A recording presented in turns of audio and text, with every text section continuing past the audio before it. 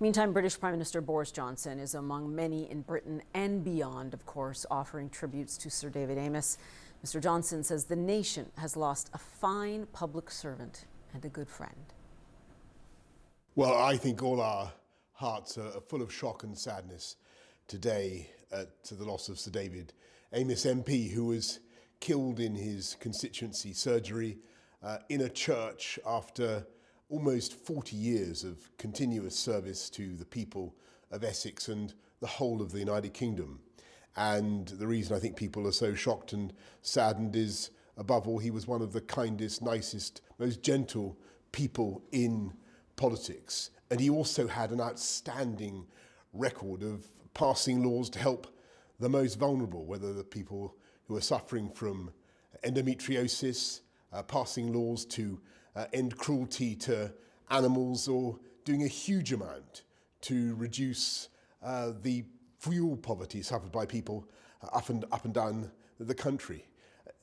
David was a man who believed passionately in this country and in its future.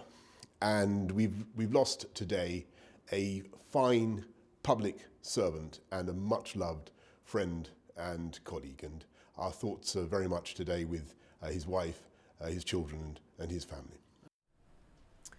Prime Minister Boris Johnson there. Now, Conservative councillor David Garston joins me now on the phone from Southend. He is a longtime colleague of Sir David. Mr. Garston, first, sincere condolences to you and yours. I really can't comprehend what it was like to receive this news.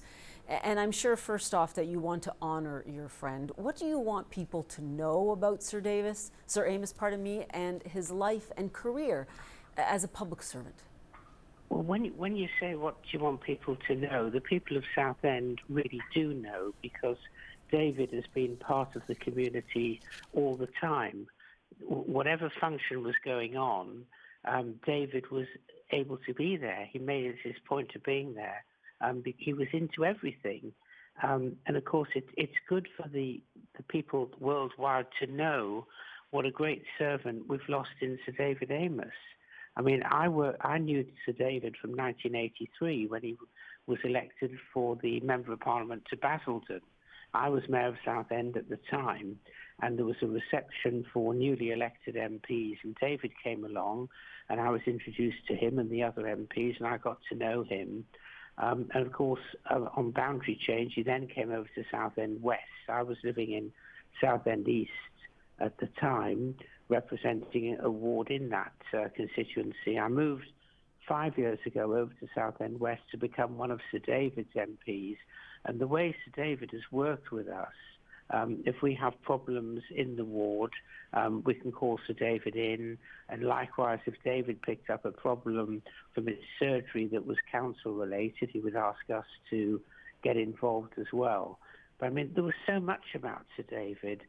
He lost his mother not so long ago, who was over 100, and he had for some time been putting on parties for people in the town, not just in this constituency, but in the town, who were over 100.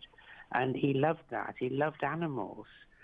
He was devastated when he lost his dogs, and then fortunately he got another dog. But the man was, when he walked into the room, the whole room lit up. It was everybody, but everybody was fond of him. Now, the tragic murder took place in Belfair's ward. I'm currently in Belfair's ward, just round the corner from the church, sitting with a former councillor for that ward. And, you know, she loves Sir David as much as we all do.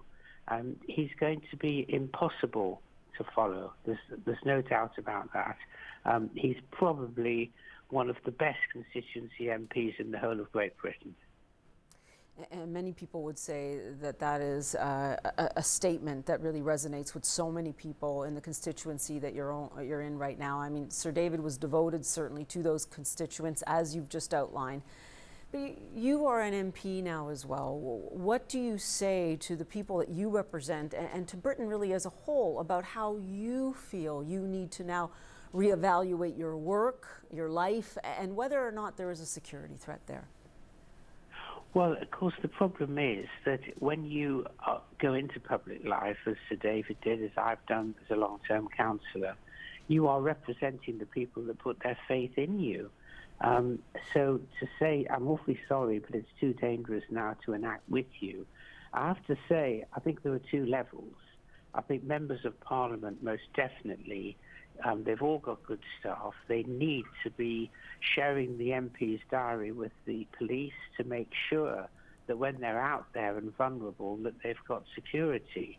I think from councillors' point of view, much though I would like to have more security, what we do in Prittlewell Ward, we make sure there's at least 2, if not 3 of us when we go out. Because 99.9% of the public, even if they're not of our political persuasion, they're fine. And they very often, want to talk to you and put problems your way, etc., let you know their views. Because in Southend at the moment, we've got some very major issues coming up that will affect the town, including the football club and all sorts of things. A huge new housing development, and people have views on it one way or the other. And we need to be accessible to the public to get that view. But certainly security. I mean, I remember in your country, Donald Trump said, well, we've got problems with guns. In England, you've got problems with knives. We really have, and this has got to be stamped out. It's got to be dealt with, frankly. But what you can't get rid of is democracy. You can't make elected representatives away from the people, because the people will lose faith. And the people they've lost faith anyway, and many of them, because in our country, you'll find that perhaps you get 60% polled in a general election, 30% polled in a local election. I'm elected on just over 30%, which means all the rest of the people that I represent didn't bother. And that's sad.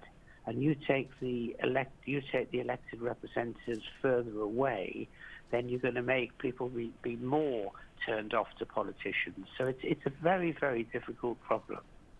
And a difficult balance there to really strike, and we appreciate the challenges ahead for all of you. Again, my condolences to you and yours, and of course our thoughts as well with Sir David's staff at this point, which must also be of course. I'll make sure that they receive that. We are thinking of them as well. It must have just been so shocking. Again, we thank you for your words as we continue to follow the story.